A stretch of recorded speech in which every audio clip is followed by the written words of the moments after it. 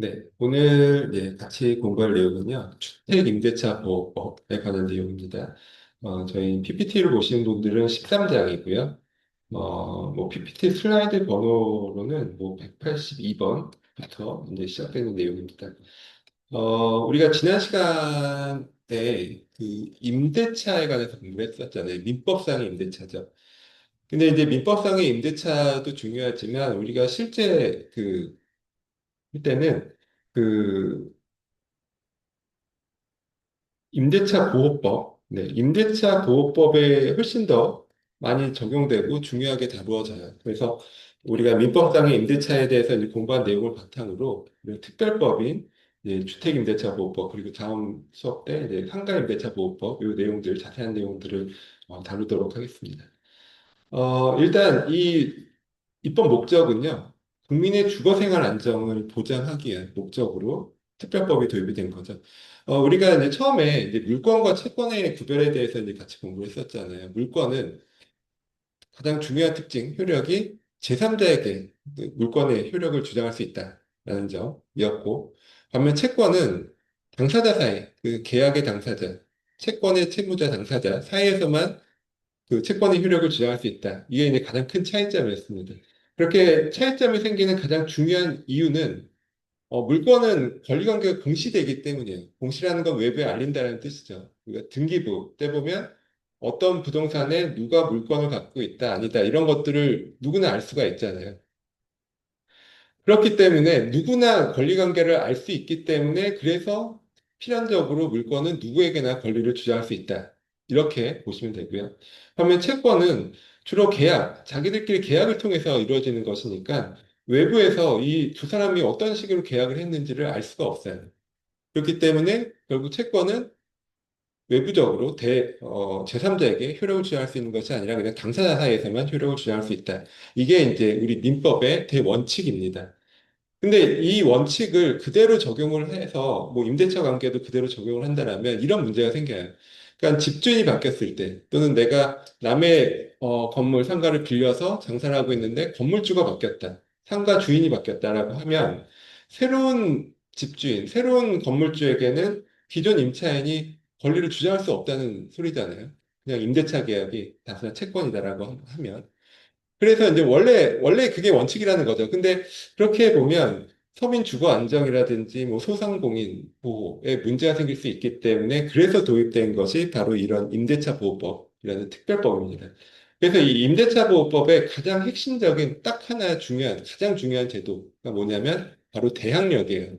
그래서 대항력이라는 거는 뭐 새로운 집주인이 바뀌든 뭐 건물주가 바뀌든 외부의 어느 누구에게도 내가 임차인이다, 내가 임차인으로서 권리가 있다는 것을 주장할 수 있다는 뜻이거든요. 그러니까 원래 이런 대항력은 물권만 인정이 되는 것입니다. 물권은 권리관계가 공시되기 때문이죠.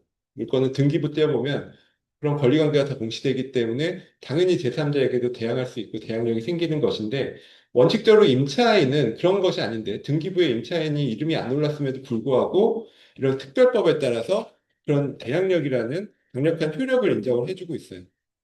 그래서 이게 이제 임차권은 비록 채권이지만 이런 특별법을 통해서 거의 이제 물권과 같은 그런 이제 성질로 이제 바뀌어가고 있다. 그걸 우리가 뭐 책에 보면 임차권의 이제 그 물권의 채권, 임차권의 이제 물권화 경향 뭐 이렇게 표현이 나오기도 하거든요. 그러니까 임차권의 물권화 경향이라는 그 말 뜻 자체가 임차권은 채권이지만 이런 제도를 통해서 사실상 물권처럼, 뭐 전세권 등기한 물권처럼 강력하게 보호를 받는다. 이런 뜻입니다.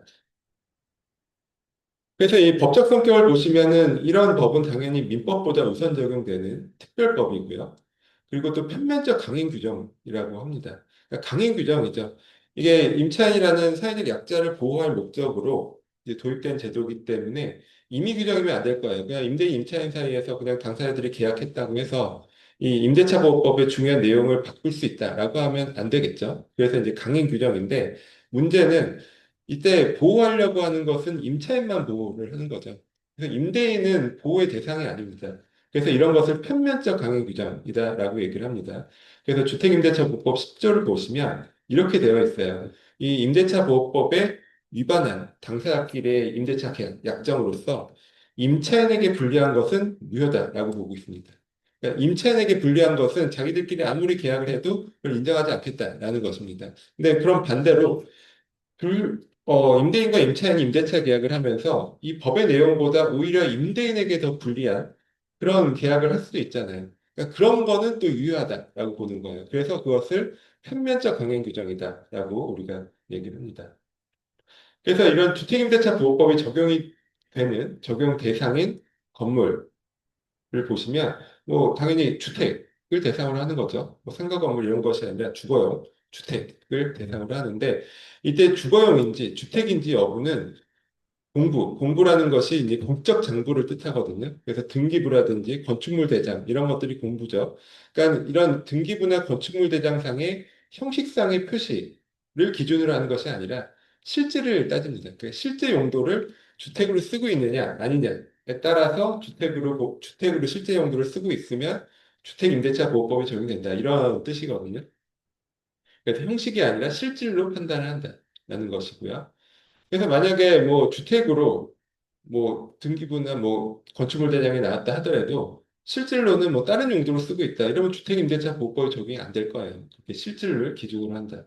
그리고 임대차 계약 체결 당시를 기준으로 실질 주거에 적용이 되는 것입니다. 그래서 만약에 임대차 계약 체결 당시에는 비주거용이었는데 뭐 나중에 그냥 임의로 개조를 해서 주거용으로 쓰고 있다. 이런 경우는 적용이 안 될 것이고요. 근데 다만 이제 예외적으로 임대인의 동의나 승낙을 얻어서 주거용으로 개조했다. 이런 경우에는 또 이 주임법 적용이 된다라고 합니다. 그리고 이제 미등기 무허가 건물이라 하더라도 주임법 적용이 가능해요. 어쨌든 이 서민 주거 안정을 이제 목적으로 하는 것이기 때문에 어떻게 보면은 주로 이렇게 임차인들이 좀 사회적 약자인 경우가 이렇게 미등기나 무허가 건물에 이제 주거용으로 사용하는 그런 분들이 더 많을 수 있잖아요. 그래서 이제 이런 경우까지도 다 포함해서 주임법 적용해서 보호를 하는 것으로 이렇게 판례가 되어 있고요. 그다음에 전체 건물 중에 일부는 주거용으로 쓰고 일부는 비주거용으로 쓰고 뭐 이런 경우도 있을 수 있어요. 이럴 경우에는 주된 부분인지 여부를 따집니다. 그래서 건물의 주된 부분을 주거용으로 쓰면 주택임대차보호법을 적용을 하고요. 그래서 예를 들어서 이제 이게 대법원 판례인데 다방으로 영업용으로 이제 빌렸습니다. 근데 그 중에 방 한 칸을 주거용으로 사용을 하고 있어요. 그럼 이거를 주택임대차 보호법을 적용을 할 것이냐가 문제가 되는데 이걸 보면은 일단 주된 용도는 다방이라는 영업용이잖아요. 그러니까 비주거용이 주된 용도이고 방 한 칸 쓴다는 것은 뭐 주거로 쓰는 것이지만 이거는 주된 용도가 아니라 종된 용도죠.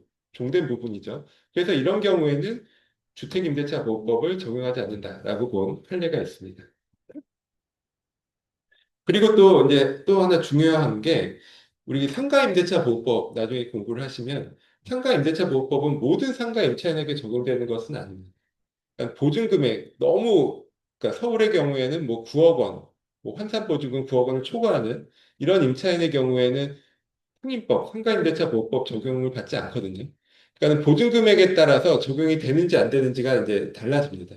근데 주택의 경우에는 그렇지 않아요. 주택의 경우에는 보증금액에 제한 없이 주택임대차라면 다 이 법에 적용을 받습니다. 그래서 우리가 뭐 극단적으로 뭐 전세금 뭐 30억, 40억 뭐 이런 주택들도 있잖아요. 그런데 그런 주택의 경우에도 특별히 뭐 전세권 등기하지 않고 그냥 우리랑 똑같이 전입신고하고 뭐 그렇게 들어가서 살아요.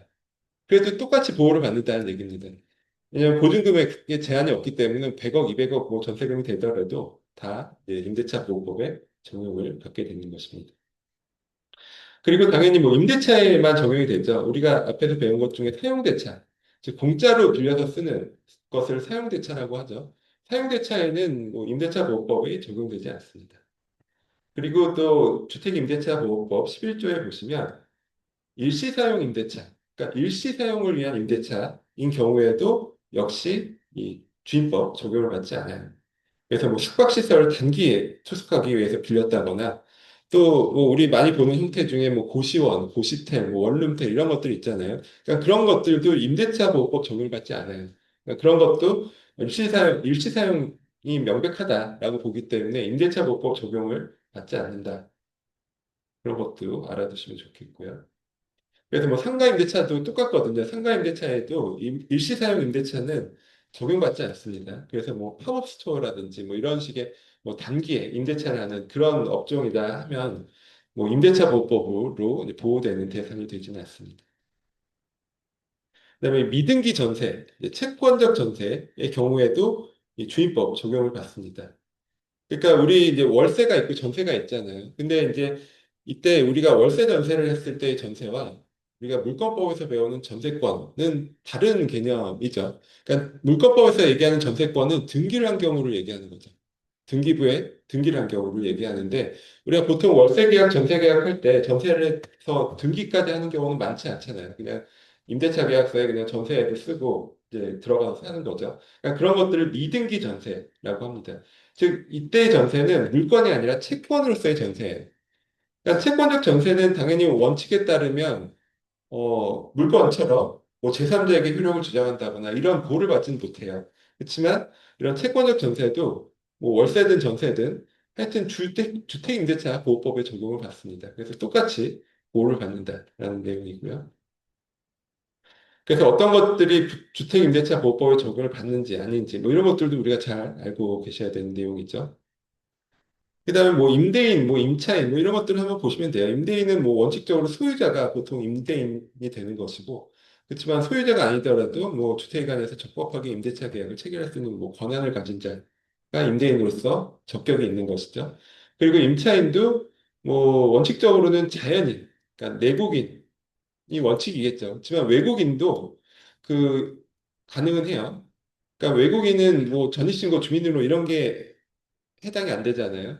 그렇지만 뭐 외국인 등록 뭐 이런 걸 통해서 뭐 만약에 외국인 등록을 하고 그 주택을 인도받았다 그러면 똑같이 주택임대차 보호법에서 대항력 취득도 가능합니다. 그러니까 어쨌든 이 주택임대차 보호법은 살아있는 사람의 거주 안정성을 이제 목적으로 하는 것이기 때문에 기본적으로 내국인이든 외국인이든 자연인을 대상으로 하는 것입니다. 그래서 이제 그렇게 따지면 법인은 원칙적으로 대상이 아니라는 거죠. 보호 대상에서 제외된다. 그러니까 법인이 뭐 주민등록이나 전신고를 할 수가 없잖아요. 그래서 이제 원칙적으로 제외가 되는데 예외적으로 주인법 적용이 되는 경우가 있습니다. 두 가지가 나오는데요. LH공사 뭐 이런 데에서 LH공사가 임차인이 돼서 집을 빌린 다음에 뭐 서민들한테 입주자로 이제 선정을 해서 그 사람들이 들어와서 살게 되는 이런 경우들이 있어요. 근데 어쨌든 이런 경우도 임차인은 법적인 임차인은 LH공사라는 법인이잖아요. 근데 그런 경우에도 서민 임차인 보호의 필요성이 생기죠. 그렇기 때문에 이런 경우는 예외적으로 그 선정된 입주자가 주택을 인도받고 그 사람이 주민등록을 하면 대항력이 생기고 그 사람이 확정일자까지 받으면 우선 변제권이 인정이 됩니다.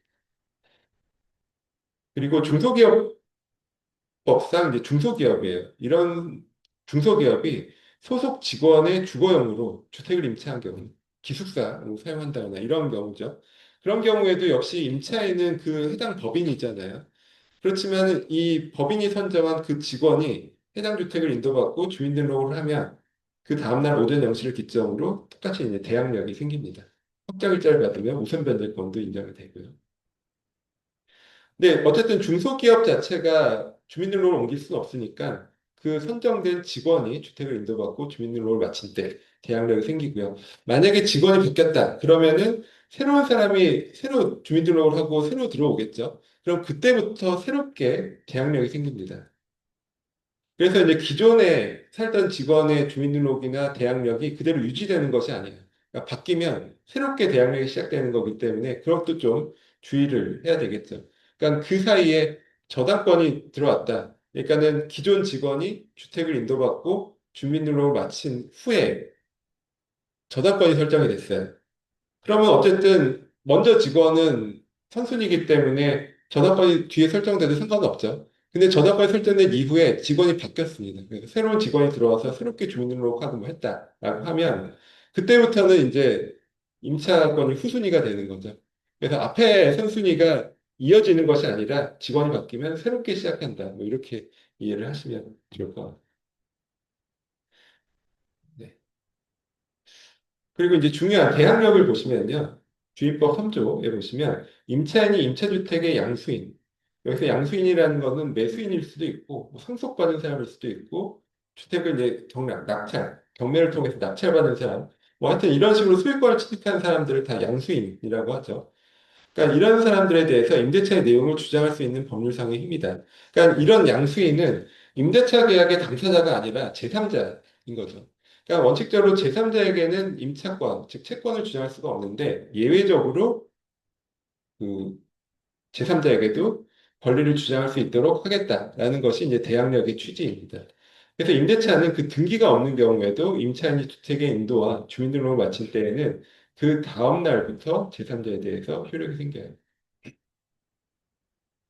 등기가 없는 경우에도. 그러니까 등기를 할 수도 있죠. 우리 등기법 공부를 하시면 원칙적으로 물권을 등기할 수 있는데 예외적으로 채권의 경우에도 등기할 수 있는 권리가 두 가지 나옵니다.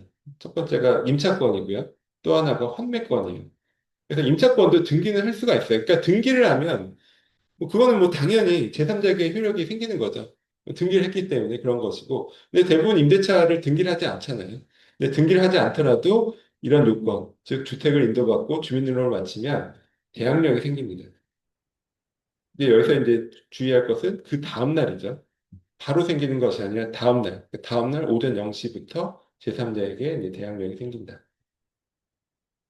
그래서 대항력의 의미는 그러니까 집주인이 바뀌어도 계속 내가 임대차 기간 동안 내가 거주하겠다라고 이제 주장하고 대항할 수 있다는 뜻이고요.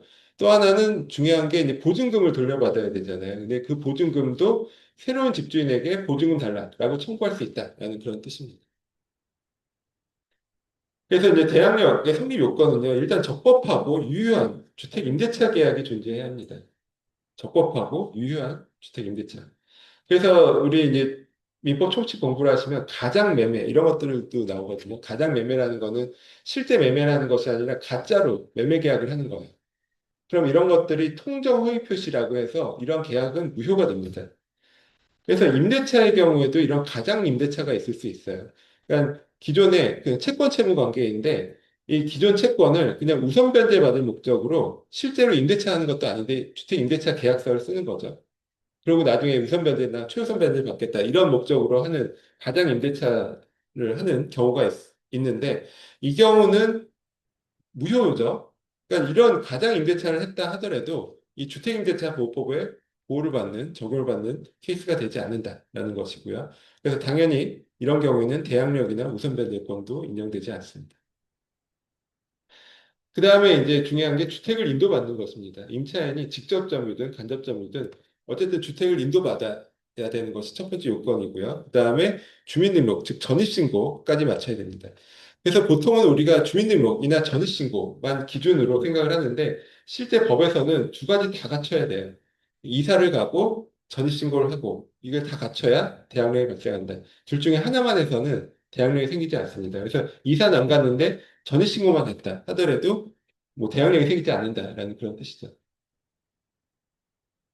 그리고 이때 주민등록이나 전입신고는 정확한 주소를 기재해야 합니다. 정확한 주소. 그래서 다가구 주택, 다세대 주택에 따라서 이게 조금 달라요. 그러니까 다세대 주택은 우리 소위 말하는 공동주택이죠. 구분 소유권의 대상이 되는 그러니까 아파트, 연립, 다세대가 다 공동주택에 해당되는 거죠.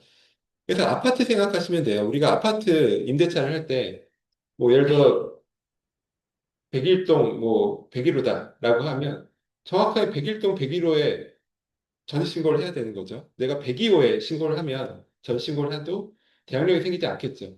그와 마찬가지로 다세대 주택도 동호수까지 정확하게 기재를 해야 됩니다.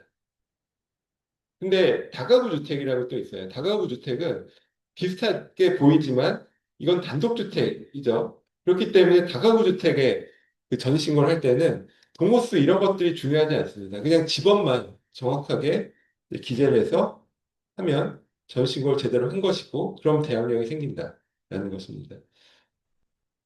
그래서 이제 다가구 주택이냐, 다세대 주택이냐에 따라서 전신고를 얼마나 정확하게 해야 되는지가 달라지고요.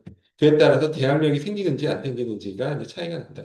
다세대 주택은 아파트와 마찬가지로 동호수까지 정확하게 기재해야 주민등록 전신고를 제대로 한 것이고, 그래야 대항력이 발생한다는 것이고요. 반면 다가구 주택은 그냥 단독주택의 일종이기 때문에 동호수는 중요하지 않고 그냥 집원만 정확하게 기재를 해서 이제 전신고를 하면 대항력이 발생할 수 있다. 물론 이제 주택을 인도받아야겠죠. 대항력이 발생할 수 있다라는 것입니다. 그래서 만약에 다가구 주택에서 다세대 주택으로 변경이 됐다라고 하면 원칙적으로 다세대 주택으로 변경이 되면 동호수를 정확하게 전시고가 돼 있어야 해요. 근데 그럼 사실 기존의 다가구 주택일 때 지번을 정확하게 해서 전신고를 하고 대항력을 취득을 했는데 이게 다세대 주택으로 변경됐다고 해서 대항력이 없어진다라고 하면 좀 그것도 너무 하잖아요. 그래서 판례는 이런 경우에는 기존의 다가구 주택일 때 정확한 지번으로 대항력을 취득했으면 이 대항력은 계속 유지된다라고 본 판례가 있습니다. 그다음에 이때 주민등록의 명의는요, 임차인 본인뿐만이 아니라 배우자나 자녀 등 가족의 주민등록도 포함해서 유효하다라고 봅니다.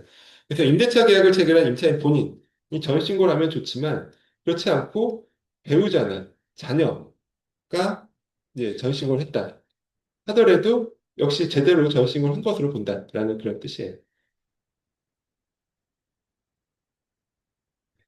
그래서 이제 여기 다가구 주택, 다세대 주택 이렇게 나오는데 이거 관련돼서 예전에 제가 한 10년 전쯤에 저희 KBS 뉴스하고 그 인터뷰를 한 게 있거든요. 근데 그게 요 내용이에요. 다가구 뭐 다세대 주택 관련된 내용인데 그래서 제가 월요일 수업할 때도 요거를 잠깐 같이 보여드렸는데 뭐그 내용을 한번 같이 보고 계속 얘기 나눠보도록 하겠습니다.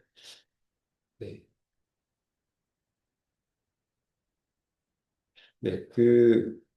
이게 2015년 뉴스거든요. 그러니까 좌우 집주인 바뀐 16세대 빌라. 뭐 이런 제목의 뉴스예요. 한번 같이 보도록 하겠습니다. 14년 동안 내 집으로 알고 살던 보금자리가 사실은 내 집이 아니라면 또 집을 비워주는 것도 모자라 그동안 살아온 임대료까지 내야 한다면 집주인은 얼마나 당혹스러울까요? 경기도의 한 빌라에서 실제로 이런 일이 일어났습니다. 알고 봤더니 집을 지을 당시 벌어진 어처구니 없는 실수 때문이라고 합니다. 어쨌든 법대로라면 이 빌라 16세대 집주인이 모두 바뀌게 될 판입니다. 대체 어떤 실수가 주민들을 이런 동경에 빠뜨린 걸까요? 뉴스타라 잡기에서 자세히 취재해봤습니다. 사연을 듣고 찾아간 곳은 경기도 포천시의 한 주택가입니다. 모두 16세대가 모여 살고 있는 다세대 빌라. 주민들은 큰 혼란에 빠져 있었습니다. 분명히 호스텔로 그때가 느낌 보고 살고 행정이 잘못된 거지 뭐 우리 상황상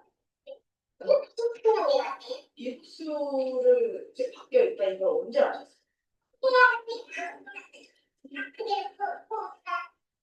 길게는 20년 넘게 살아온 집. 그런데 그 집이 사실은 남의 집이었다는 청천벽력 같은 얘기를 듣게 된 겁니다. 대체 이 빌라에서 무슨 일이 있었던 걸까? 사건의 발단은 2년 전쯤으로 거슬러 갑니다. 이 빌라 2층에 살고 있는 최모 씨를 찾아온 낯선 남성. 남성은 최 씨가 살고 있는 집이 자신의 집이라며 집을 비워줄 곳을 요구했다고 합니다. 개인적으로 아마 또 그때쯤 내가 연락이 와서 만났는데 그냥 말해 여기가 내 집이고 내가 이걸 받았는데 지금 집이 바뀌어 있다 그러니까 집을 바꾸자 너무 응명하는 거예요. 14년 동안 살고 있는 보금자리, 대출까지 받아 어렵사리 장만한 집이었습니다. 그런 최 씨는 낯선 남성의 말을 믿지도 받아들이지도 않았습니다. 그런데 그렇게 1년쯤 지났을까? 어느 날 법원으로부터 느닷없이 서류 한 장이 날아옵니다. 1년 정도 시간이 지나가지고 법원에서 이게 온 거예요. 그래서 이제 그때 이제 알게 된 거예요. 이거 안 되시구나. 최 씨를 상대로 민사소송을 제기한 건 1년 전 최 씨를 찾아와 소유권을 주장했던 바로 그 남성이었습니다.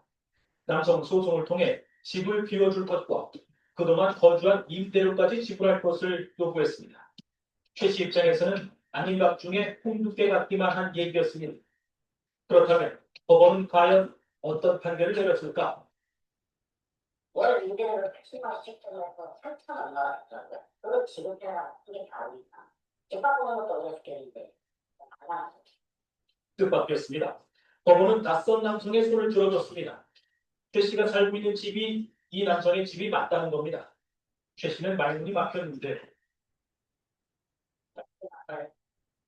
서로 그만하세요. 여태까지 살았던 집인데 그 집이 내 집이 아니고 남의 집이야. 얼마나 그런 사람한테 뭐라고 말을 표현하고 법원은 부동산의 최 씨는 건축물 대장에서 1차적인 공시를 하도록 하고 있다며 원고의 권리를 인정했습니다. 이게 대체 무슨 말일까? 201호가 건축물 사무소상에서는 202호로 돼 있고 그 앞에 있는 들어놓은 그 영상은 똑같은데 하나로 하나만 바뀌어. 좌우가 뒤바뀐 집. 이런 일이 생기게 된 원인은 황당하게도 문 앞에 붙여놓은 호수 문패에 있었습니다. 최 씨가 지금 살고 있는 집은 오른쪽 202호, 부동산 등기부 등본상에도 201호는 최 씨의 소유로 되어 있습니다. 그런데 문제는 건축물 대장이었습니다. 빌라의 건축물 대장을 보면 최 씨 소유의 201호는 오른쪽이 아니라 왼쪽에 위치해 있습니다. 다시 말해 최 씨는 등록 장부상 202호였던 곳을 201호로 알고 있었던 셈입니다. 왼쪽에 이렇게 오른쪽에 계단을 중심으로 해서 그러면 이게 201호가 이게 202호로 건축물에 이렇게 돼 있거든요. 근데 어떤 이유인가 그 정량하면 그 사람들이 이거 다 빠진다는 걸 픽하고 있어. 이런 어처구니 없는 일을 집을 지을 당시 좌우 현관문의 호수 문패를 서로 바꿔서 붙여놨기 때문인 것으로 보입니다. 2층뿐만 아니라 두 개동 16세대 문패의 좌우가 모두 뒤바뀌어 붙여있는 상황. 입주 당시 당연히 문패에 적힌 포스대로 집을 찾은 주민들은 사실은 모두 남의 집에 들어가 살게 될 거라는 것입니다. 관심 싶으시고 이렇게 하지만 당시 건설사는 이미 부도가 나서 없어진 상황. 주민들은 지금 이런 어처구니 없는 실수에 대해 하소연할 것조차 없는 상황입니다. 우리가 확인하고 주주통일가 이게 맞는지 판단을 조금 그랬는데 그렇다면 집이 뒤바뀐 집주인들이 서로 합의를 한다거나 서로 집을 맞바꾸면 문제가 해결될 수 있을까? 그리 간단치만은 않습니다. 최 씨의 경우만 해도 옆집으로 보금자리를 옮기기 위해서는 현재 옆집에 거주하고 있는 전세 세입자와 또다시 법적인 다툼을 해야 할 판입니다.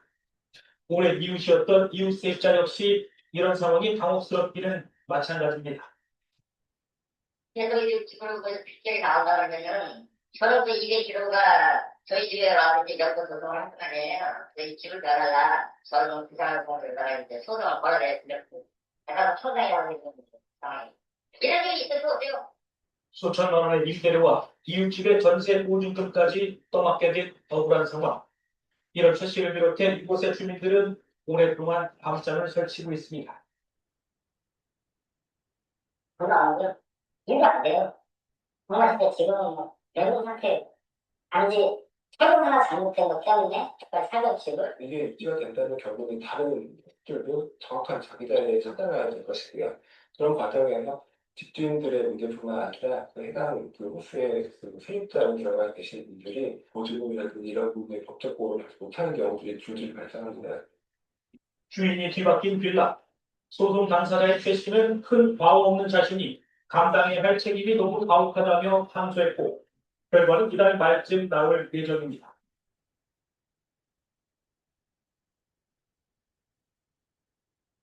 네. 네. 지금 저 케이스가 이제 다세대 주택이잖아요. 그러니까 다세대 주택이니까 당연히 아파트처럼 그 각각 호실에 따라서 소유권이 각각 있는 것이고요. 그러니까는 이게 저도 보니까 일반 아파트는 이런 문제가 거의 없는데 이런 소형 빌라라든지 이런 데는 아주 영세한 그런 건설사들이 이렇게 건축하는 경우 많이 있고 하니까 이거를 그러니까 일부러 그러진 않았겠죠. 그러니까 문패를 이제 다 바꿔서 호스를 다 바꿔서 이제 달아놓은 거더라고요. 그래서 어 그리고 이제 뭐 이미 이제 지났으니까는 그 회사도 보통 이제 이 케이스도 이제 망한 케이스죠. 그러니까 뭐 건설사가 결국 이제 책임을 질 문제이긴 한데 뭐 회사도 망했으니까 사실 어디 소연할 때가 마땅치 않은 그런 상황이에요. 근데 이거는 사실 그 소유주들이 살고 있었다 그러면은 뭐 어떻게 보면은 해결이 가능할 수도 있어요. 왜냐면 소유자들이 서로 남의 집을 바꿔서 사는 거니까 그냥 서로 그냥 다시 바꿔서 살든지 아니면 그냥 서로 인정을 하든지 그렇게 합의가 될 수도 있는데 문제는 거기에 이제 임차인들이 들어가 있잖아요. 그러면은 지금 이 문제가 생깁니다.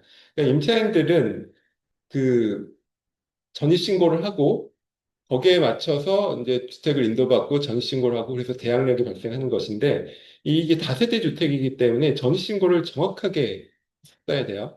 근데 지금 이 케이스에서는 보면은 임차인들이 전입신고가 그러니까 정확하게 안 됐을 상황인 거죠. 그러니까 대항력이 없을 수 있어요. 그러니까 이게 아예 초반에 발견이 돼서 그냥 소유자들만 있고 그냥 살고 있었다라고 하면 뭐 문제 해결이 쉽지만 그 사이에 뭐 어떤 집은 저당권 설정도 됐을 거고 어떤 집은 임차인도 몇백 번 바뀌었을 거고 이런 식으로 가버리면 이 이해관계자들이 너무 많아서 사실은 해결이 굉장히 어려운 그런 좀 안타까운 사연이죠. 그래서 이제 이것도 이제 우리가 다세대 주택에서 그 전입신고, 그 임차권의 대항력, 이것과 이제 관련된 내용이라서 잠깐 한번 소개해 드려 봤고요. 예, 계속 이어서 보시면 주민등록 전입신고의 효력 발생 시기입니다. 그래서 신고서가 행정청에 도달한 때가 아니라 수리한 때를 기준으로 이제 전입신고가 효력이 발생한다고 합니다. 그래서 판례를 보시면 정확한 주소로 신고서를 제출했는데 담당 공무원이 착오로 이 수정을 요구했어요. 그러니까 내가 예를 들어 101호 전신고한다고 신고서를 냈는데 공무원이 보더니 당신은 102호가 맞다 이러면서 고쳐 쓰라고 한 거예요. 그래서 내가 고쳐서 다시 냈는데 근데 알고 보니 원래 썼었던 게 맞았던 거죠. 그럼 이럴 경우에 그럼 전신고를 제대로 한 거냐 아닌 거냐 이게 이제 문제가 되는데 지금 본 것처럼 수리 시점을 기준으로 하잖아요. 그러니까 비록 공무원이 잘못 요구를 해서 잘못 그래서 바꿔 썼다 하더라도 수리 시점을 기준으로는 제대로 된 전신고가 아닌 것이죠. 그래서 이런 경우에는 대항력이 발생하지 않는다. 이렇게 본 판례가 있고요. 물론 이런 경우에 정말 공무원이 착오를 입증했다, 과실을 입증했다 그러면 뭐 국가배상이나 이런 걸로 청구할 수는 있겠죠. 어쨌든 대항력은 발생하지 않습니다. 반대로 신고서를 정확히 작성해서 제출하고 공무원이 수리까지 했어요. 근데 이거를 이제 옮겨 적는 과정에서 담당 공무원이 실수로 잘못 옮겨졌다. 이런 경우에는 수리 시점을 기준으로 하기 때문에 이 경우에는 정확하게 전신고를 제대로 한 것이고 그럼 대항력이 인정되는 경우입니다. 그래서 행정청에 도달한 때가 아니라 수리한 때를 기준으로 주민등록 전신고가 효력을 발생하고 그때 기준으로 정확한지 아닌지를 판단한다. 이런 뜻입니다. 그리고 밑에 이제 대법원 판례는 그 제가 그 저희 원래 교재 지금 이제 강의안으로 처음에 올려드렸었던 그 책에는 나와 있는 내용인데 이건 조금 이제 깊이 있는 좀 어려운 판례예요. 그래서 여기는 넘어가도록 하겠습니다. 그래서 이제 이렇게 대항력의 발생 요건을 살펴봤고요. 그럼 대항력의 발생 시점이죠. 그러니까 우리 이제 아시는 것처럼 바로 당일이 아니라 다음날 오전 0시를 기점으로 대항력이 발생합니다. 다음날 오전 0시요. 그래서 예를 들어서 1월 1일 전신고를 했으면 1월 1일 전신고라고 2월 1일에 주택을 인도받았어요. 그럼 대항력 발생 시점은 2월 2일 오전 0시죠. 그러니까 두 가지를 모두 갖춰야 대항력이 발생한다. 그래서 만약에 같은 날 저당권 설정하고 같은 날 인도를 받고 주민등록까지 완료했다 하면 이제 뭐가 앞서는지 이게 중요하잖아요. 뭐가 선순위인지. 근데 저당권 설정은 바로 효력이 발생하고 주택을 인도받고 주민등록을 완료해도 대항력은 다음날 오전 0시에 발생하죠. 그래서 이런 경우에는 저당권이 우선하게 됩니다. 즉 대항력이 후순위로 밀린다라는 그런 뜻이에요.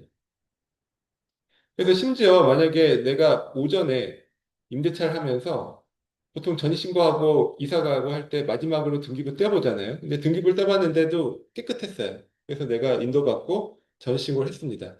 근데 그날 오후에, 오후 2시에 저당권이 들어온 거예요. 그럼 그럴 경우에는 결국 이 얘기에 따르면 비록 뒤에 저당권이 설정됐다 하더라도 같은 날이면 저당권이 우선한다는 얘기죠. 그래서 이게 이제 보통은 문제가 평소에 모르고 살다가 내가 제대로 전시고하고 이제 살고 있다가 그렇게 생각하고 살고 있다가 한 뭐 몇 년 뒤에 경매로 넘어가는 경우가 있잖아요. 그러면 이제 나는 당연히 선순위 대항력이 있다라고 생각을 했는데 알고 보니까 내가 후순위인 경우 그래서 이제 문제가 생기는 경우가 굉장히 많아요. 그래서 이게 이제 사실 이것 때문에 뭐 그럼 대학력 발생 시점을 다음 날이 아니라 바로 즉시 발생하는 것으로 바꾸자. 뭐 이런 개정 논의도 있는데 어쨌든 뭐 여러 가지 이유로 인해서 뭐 지금도 개정이 안 되고 있어요. 지금도 이게 그대로 이 법 규정이 있기 때문에 지금도 똑같은 문제가 생길 수가 있죠. 그래서 이제 임차인의 입장이라면 내가 이사 가고 전신고를 할 때 등기부를 떼왔어도 좀 얼마 후에 다시 한번 확인을 하는 것이 필요해요. 이 문제 때문에. 그래서 만약에 뭐 며칠 뒤에 떼봤는데, 그때 진짜 새롭게 뭐가 저작권이 나보다 선순위로 들어갔다. 그러면 그때 뭐 항의를 하거나 뭐 어떻게 해서 이거를 좀 그래도 회복을 할 수 있는 가능성은 있잖아요. 근데 이게 보통은 그런 거 없이 그냥 한참 후에 경매 넘어갔을 때 이걸 확인을 하게 되면 사실상 이걸 뭐 어떻게 해볼 수 있는 방법이 거의 없어요. 그래서 뭐 그런 점에서 우리가 뭐 임대차 한 이후에도 한 번쯤은 이제 등기부를 한번 확인 차원에서 이제 떼보는 것이 필요하다고 볼 수 있습니다. 사실 이것만 아니면 우리가 뭐 임대차하고 대학로 발생한 이후에 그 다음에 뭐 집주인이 뭐 저당권 설정하든 말든 뭐 그거 사실 크게 문제가 되진 않거든요. 항상 선순위를 갖고 있으니까. 근데 딱 요 문제 때문에 좀 한 번쯤 확인해 볼 필요가 있습니다. 그리고 이때 대항력은 이제 존속 요건입니다. 그러니까 대항력을 취득하기 위해서 인도와 주민등록이 필요할 뿐만이 아니라 계속 대항력이 유지 존속하려면 이 주택을 인도받고 주민등록을 하고 있다는 상태가 계속 이어져야 돼요. 그러니까 내가 대항력을 취득한 이후에 내가 임차인이 딴 집으로 이사를 가거나 아니면 전입신고를 딴 집으로 주민등록을 옮겨버리게 되면 그 순간부터는 대항력이 소멸해 버립니다. 그러고 나서 다시 들어왔다 하더라도 그거는 그때 다시 들어온 시점 이후에 대항력이 새로 생기는 것이기 때문에 당연히 그 사이에 뭐 저당권 설정되거나 하면 당연히 후순위로 밀려나겠죠. 그렇죠. 그래서 판례에 나온 것처럼 가족 전원이 일시적으로라도 주민등록을 이전을 하면 그 전출 당시에 대항력이 소멸하는 것입니다. 그러니까 임차인 본인이 전입신고를 그 주민등록 이전을 해도 소멸하지는 않아요. 왜냐하면 가족이 남아있으면 아까 본 것처럼 주민등록이나 전입신고는 임차인 본인뿐만 아니라 가족의 뭐 배우자, 자녀, 본거하는 배우자나 자녀, 가족의 주민등록도 유효하다라고 했잖아요. 그러니까는 임차인 본인만 빠져나가는 것은 상관이 없는데 가족 전원이 이사를 가거나 가족 전원이 주민등록을 딴 집으로 이전을 했다라고 하면 바로 대항력이 소멸하고 그 다음에 재전입을 하더라도 새로운 대항력을 취득하는 것일 뿐, 이제 소급해서 대항력이 다시 회복되는 것은 아니다라고 볼 수 있습니다. 그리고 이제 그 다음에 대항력의 효과를 보시면요. 대항력이 이렇게 발생하면 그 효과로서 당연히 그 임차주택의 양수인, 즉 낙찰자를 포함해서 양수인은 임대인의 지위를 당연히 승계한 것으로 봅니다. 이때 승계 내용은 기존 임대인이 임대차 관계에서 탈퇴를 하고요. 그러니까 집 팔고 떠난 사람은 임대차 관계에서 탈퇴한다라고 보고 보증금 반환 채무 등은 이 양수인, 새롭게 집주인이 된 사람이 그대로 다 인수를 한다. 그러니까 모든 권리 의무를 그대로 승계를 한다라는 뜻입니다. 근데 그 중에서 특히 중요한 게 보증금 반환 채무를 이제 새로운 집주인이 인수를 한다라는 것이 중요하겠죠. 그래서 어쨌든 임차인은 새로운 집주인에게 이제부터는 차임을 지급해야 돼요.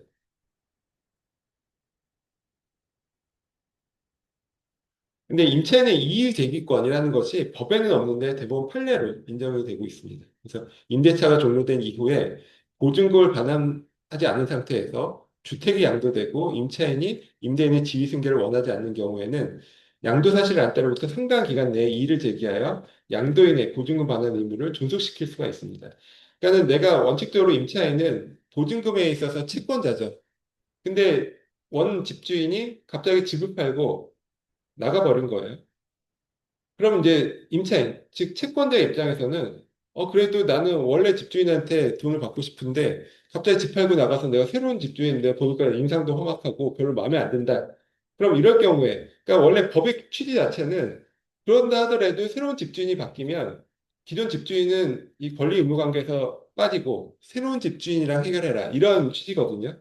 근데 이제 그렇게까지 임차인에게 그걸 강요하는 것이 과연 이제 합리적일까? 이런 의문이 생기는 거죠. 그래서 이제 판례에 따르면 상당한 기간 내에 이의를 제기할 수 있다. 그러니까는 집 팔고 떠난 양도인이 계속 보증금 책임져라. 이렇게 이의를 제기해서 어, 옛날 임대인, 집 팔고 떠난 옛날 집주인에게 계속 보증금을 돌려달라 청구할 수 있도록 이제 그런 식의 이의 제기권을 인정을 하고 있습니다.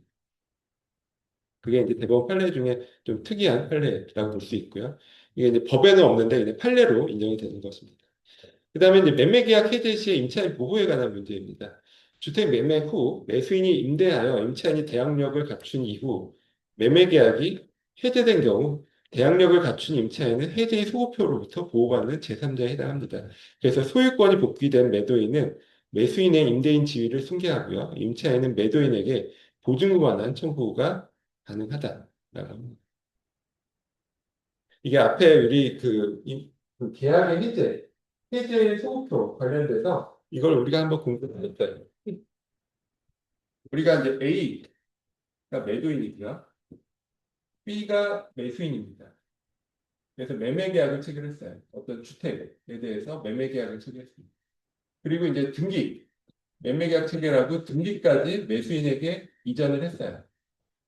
그럼 등기부상으로는 매수인 B가 소유자죠. 근데 그렇게 되면 소유권이 넘어갔는데 만약에 매매 계약이 뭐 채무가 불이행됐다거나 어떤 후발적 사유로 인해서 해제가 됐습니다. 그럼 해제가 되면 우리가 해제 효력으로서 배운 게 소급표죠. 그렇죠? 그래서 해제가 되면 매매 계약이 처음부터 소급해서 효력이 없는 것으로 됩니다. 그럼 이 얘기는 뭐냐면 비록 등기는 매수인에게 이전이 됐지만 소유권은 매도인에게 해제가 되면 소유권은 매도인에게 바로 복귀가 된다라는 뜻이에요. 그러니까 이런 경우에는 해제가 되면 등기부상의 명의는 B지만 실제 소유자는 A라는 거죠. 그러니까 등기부상의 명의자와 실제 소유자가 불일치하게 됩니다. 그래서 이런 경우에는 항상 이제 제3자 보호의 문제가 있어요. 그러니까 이렇게 둘 사이에서 관계는 뭐 어쨌든 이렇게 해결하면 되는데 여기서 이제 제3자가 등장하잖아요. C라는 사람이. 그럼 이때 C를 어떻게 보호할 것이냐가 이제 항상 문제가 되거든요. 그래서 우리가 이제 주로 봤었던 사례는 이런 거죠. A, B 사이에 매매 계약이 체결되고 B한테 등기가 이전이 됐어요. 그리고 B가 C한테 또 매매를 하는, 매도를 하는 거죠. 그래서 C한테 등기가 넘어갔을 때 그때 이 C가 이 해제로부터 보호받느냐 이거에 대해서 우리가 공부를 했었거든요. 지난번에. 그래서 우리가 공부한 바대로 뭐였죠? 이렇게 매매 계약이 체결되고 B가 C한테 또 팔아서 C한테 등기가 넘어간 이후에 A, B 사이에 매매 계약이 해제가 되면 C는 보호받는데? 예, 보호받죠. 이때 선의, 악의와 상관없이 선이든 악이든 따지지 않고 C는 보호받아요. 우리가 해제의 소급표는 제3자에게 효력을 미치지 않는다. 이런 내용을 공부를 했잖아요. 그러니까 선이든 악이든 따지지 않고 해제가 되더라도 제3자 권리는 보호받고 그 얘기는 C가 소유권을 취득한다는 얘기예요. 해제되면 당사자 사이에서는 매도인에게 소유권이 복귀되겠지만 이렇게 제3자가 생긴 경우에는 제3자가 이 주택의 소유권을 취득한다. 이런 뜻입니다. 근데 이때 제3자가 보호를 받으려면 조건이 두 가지가 있었어요. 우리가 공부한 가지로. 이게 뭐냐면 먼저 해제 전에 AB 사이의 원래 매매 계약이 해제되기 전에 이해관계를 가져야 되고요. 해제되기 전에 새로운 이해관계를 가져요. 그리고 두 번째는 완전한 권리를 취득할 것. 완전한 권리는 물건 같은 거죠. 그러니까 제3자에게 효력을 주장할 수 있는 완전한 권리, 뭐 물건이면 등기, 뭐 하듯이. 그러니까 BC 사이에 매매 계약만 체결한 것으로는 안 되고 그 등기까지 넘어왔을 때, 즉 AP 사이에 매매 계약이 해제되기 전에 B가 C한테 팔고 C한테 소유권 등기까지 넘어오면 그 다음에 이게 해제가 되더라도 C는 보호를 받는다. 즉 C는 소유권을 유효하게 취득한다. 이런 내용이었어요. 근데 여기서 이게 이 법의 취지였고 법의 내용이었고 여기서 판례는 조금 확장을 해서 AP사의 매매 계약이 이미 해제가 됐어요. 근데 해제가 된 이후에 B는 그럼 소유자가 아니죠. 등기부상에는 소유자지만 소유권은 해제가 되면 매도인에게 복귀가 된 거죠. 근데 그럼에도 불구하고 B가 자기가 등기가 있으니까 C한테 팔고 등기를 C한테 넘겼습니다. 그럼 이 경우에는 C를 보호하냐? 이것도 중요한 문제죠. 그리고 우리 대법 판례에 따르면 이런 경우에는 선의, 즉 이게 해제된 것라는 것을 모르고 선의로 매수한 제3자 C는 보호한다. 권리를 취득한다. 이렇게 보는 게 대법 판례였잖아요. 그래서 여기까지 알아두셔야 되죠. 그럼 이 사례와 이제 유사한 사례가 이거죠. AB 사이에 매매 계약이 체결되고 B한테 등기까지 넘어갔습니다. 근데 이번에는 B가 C하고 매매가 아니라 임대차 계약을 해요. 그래서 C가 임차인이 됐어요. 임차인이 돼서 이 집에 들어와서 살고 있습니다. 근데 그러고 나서 AB 사이에 매매 계약이 해지가 됐다는 얘기예요. 그럼 해제는 원칙적으로 소급표가 있기 때문에 A, B 사이의 매매 계약이 해제되면 B 매수인은 더 이상 소유자가 아니고요. 등기부상은 소유자로 남아있다 하더라도 소유자가 아니고 매도인 A가 소유자가 됩니다. 근데 문제는 이때 임차인 C, 이 사람을 어떻게 할 것이냐가 문제가 되죠.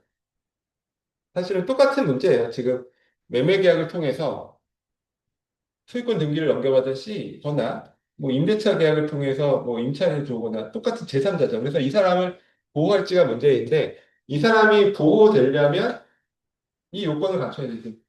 그러니까 해제 전에 새로운 이해관계를 갖출 거. 그러니까 A, B 사이에 매매 계약이 해제되기 전에 임대차를 한 거잖아요. 그럼 임차인은 당연히 여기에 해당하죠. 그럼 두 번째가 문제가 됩니다. 두 번째, 완전한 권리. 그러니까 등기를 하거나 아니면 또는 지금 본 주민등록이나 그 주택을 인도받아서 대항력을 취득하거나. 그러니까 이렇게 되면 C는 임차인 C는 보호받는다. 근데 보호받는다는 얘기는 소유권은 A에게 복귀하겠죠. 이 경우에도 소유권은 복귀하지만 이제부터는 소유권이 복귀했으니까 A가 임대인이 되는 거예요. 임대인이 돼서 임차인 C에게 모든 권리와 의무를 이제 부담하는 그런 식의 결론이 됩니다. 근데 만약에 C가 이런 등기도 하지 않고 전입신고나 인도를 받지 않고 대항력도 갖추지 않은 상태다. 그냥 임대차 계약만 하고 들어와 살고 있다. 이런 경우에는 여기에 해당이 안 되잖아요. 보호를 못 받죠. 그래서 해제가 되면 새로운 집주인, 매도인, 원래 소비자 이 사람에게 임대차를 대항을 할 수가 없어요. 그러니까 쫓겨난다. 이런 결론이 됩니다. 그럼 만약에 이런 경우도 있죠. A, B 사이에 매매 계약이 체결되고 바로 해제가 됐어요. 근데 B가 채권 등기를 하고 있으니까 C가 이 사람이 진짜 소유자다라고 믿고 임대차 계약을 체결했습니다. 이런 경우에도 마찬가지예요. 그럼 이런 경우에는 어떻게 하느냐? 일단 해제 전에 이해관계를 가진 것은 아니죠. 이런 경우는 해제 이후에 이해관계를 가졌지만 해제 이후에 매수인에게 넘어간 이 등기가 유효하다라고 믿고 선의로 임대차 계약을 체결하고 여기에서 등기나 또는 전입신고 등으로 대항력을 가졌다라고 하면 이 경우에도 보호해준다라는 게 좀 전에 그 판례의 취지죠. 그래서 뭐 이게 특별할 것은 아니에요. 그러니까 우리가 중요하게 알아둘 것은 매매 계약이 해제되기 전에 새로운 이해관계를 가진 제3자이고 그 제3자가 완전한 권리, 등기거나 뭐 대항력이거나 이런 완전한 권리를 취득하면 가진 사람이라면 해제되더라도 그 소급표가 미치지 않는다. 보호받는다는 뜻이고 만약에 해제 후에 이해관계를 가진 자라면 선인 경우, 즉 원칙은 선의하기 상관이 없는데 해제 이후에 이해관계를 가진 자라면 믿고 권리를 취득한 선의자만 보호받는다. 그래서 이게 매매든 B씨 간의 매매든 임대차든 다 똑같이 적용할 수가 있습니다. 그래서 이제 다시 읽어보면 그 내용이에요. 이거 우리가 앞에서도 해제 소급표 관련돼서도 공부를 했었거든요.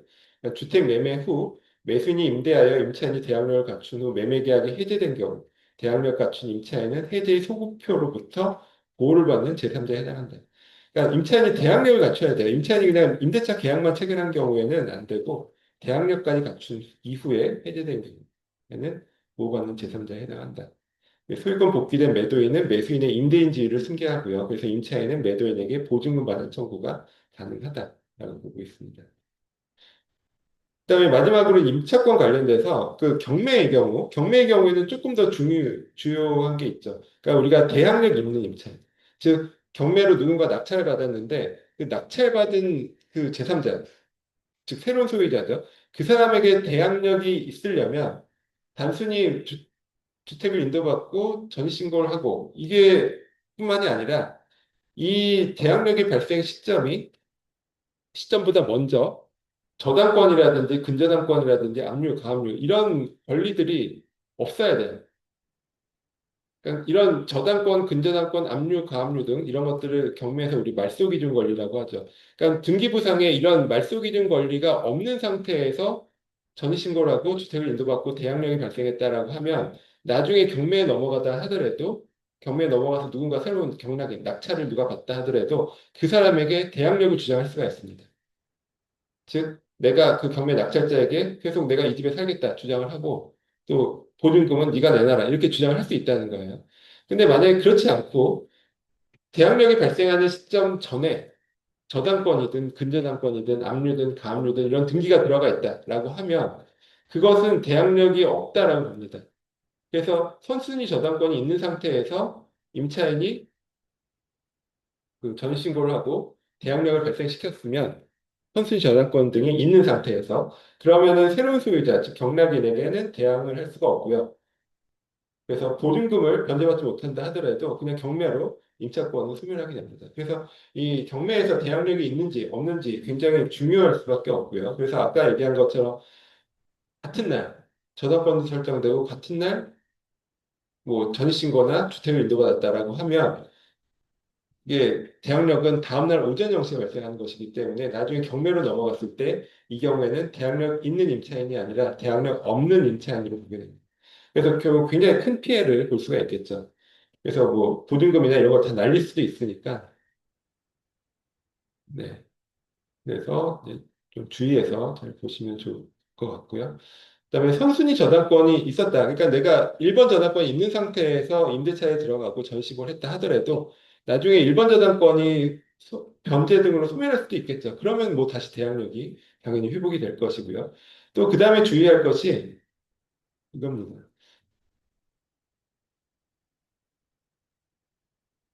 예를 들어서 1번 저당권이 있는 상태에서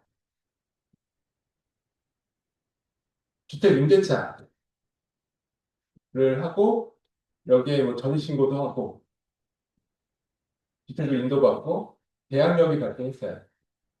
그러고 나서 2번 저당권자가 또 생겼어요. 그럼 이때 2번 저당권자가 돈을 안 갚으니까는 이 저당권을 실행을 합니다. 이게 경매에 넘긴다는 얘기죠. 경매에 넘겨서 뭐 누군가 낙찰을 받았어요. 경매를 경락받은 낙찰받은 사람이 있어요. 그럼 이때 이 임차인이 이 낙찰자, 새로운 집주인, 경락자, 낙찰자에게 대항할 수 있을까요? 그러니까 임차인보다 후순위 저당권자가 경매에 넘겨서 낙찰을 받은 거잖아요. 대항력을 주장할 수가 있나요? 아, 근데 정답은 없다. 정답은 없다. 왜냐하면 우리가 저당권은 누가 경매에 붙이든 저당권은 경매 넘어가면 다 소멸을 해요. 그러니까 2번 저당권만 소멸하는 것이 아니라 1번 저당권도 같이 소멸을 합니다. 경매에 넘어가면 누가 낙찰을 받으면. 그러면은 그래서 여기 뭐 1번, 2번, 3번, 4번 이렇게 저당권들이 쭉 있겠지만 가장 중요한 거는 최선순위. 그냥 가장 먼저 저당권, 근저당권, 뭐 압류등기, 가압류등기 이런 것들 가장 먼저 들어간 등기가 임차인의 대항력 시점보다 앞이냐 뒤냐 이게 중요한 거예요. 그래서 2번 저당권이 비록 실행을 했다 하더라도 1번 저당권도 같이 없어지기 때문에 1번 저당권보다 후순위, 즉 대항력 발생 시점이 1번 저당권보다 뒤다라고 하면 이 임차인도 대항력 없이 소멸하게 되는 것입니다. 그래서 그 내용이죠. 지금 보면 선순위 저당권과 후순위 저당권 사이에 대항력을 갖춘 임차권이 존재하더라도 후순위 저당권 실행으로 선순위 저당권, 즉 말소기준 권리라고 하죠. 이런 거를 소멸하면 함께 소멸합니다. 그냥 다 같이 소멸하는 거예요. 임차권도 소멸하고 대항력이 없다 이런 뜻입니다.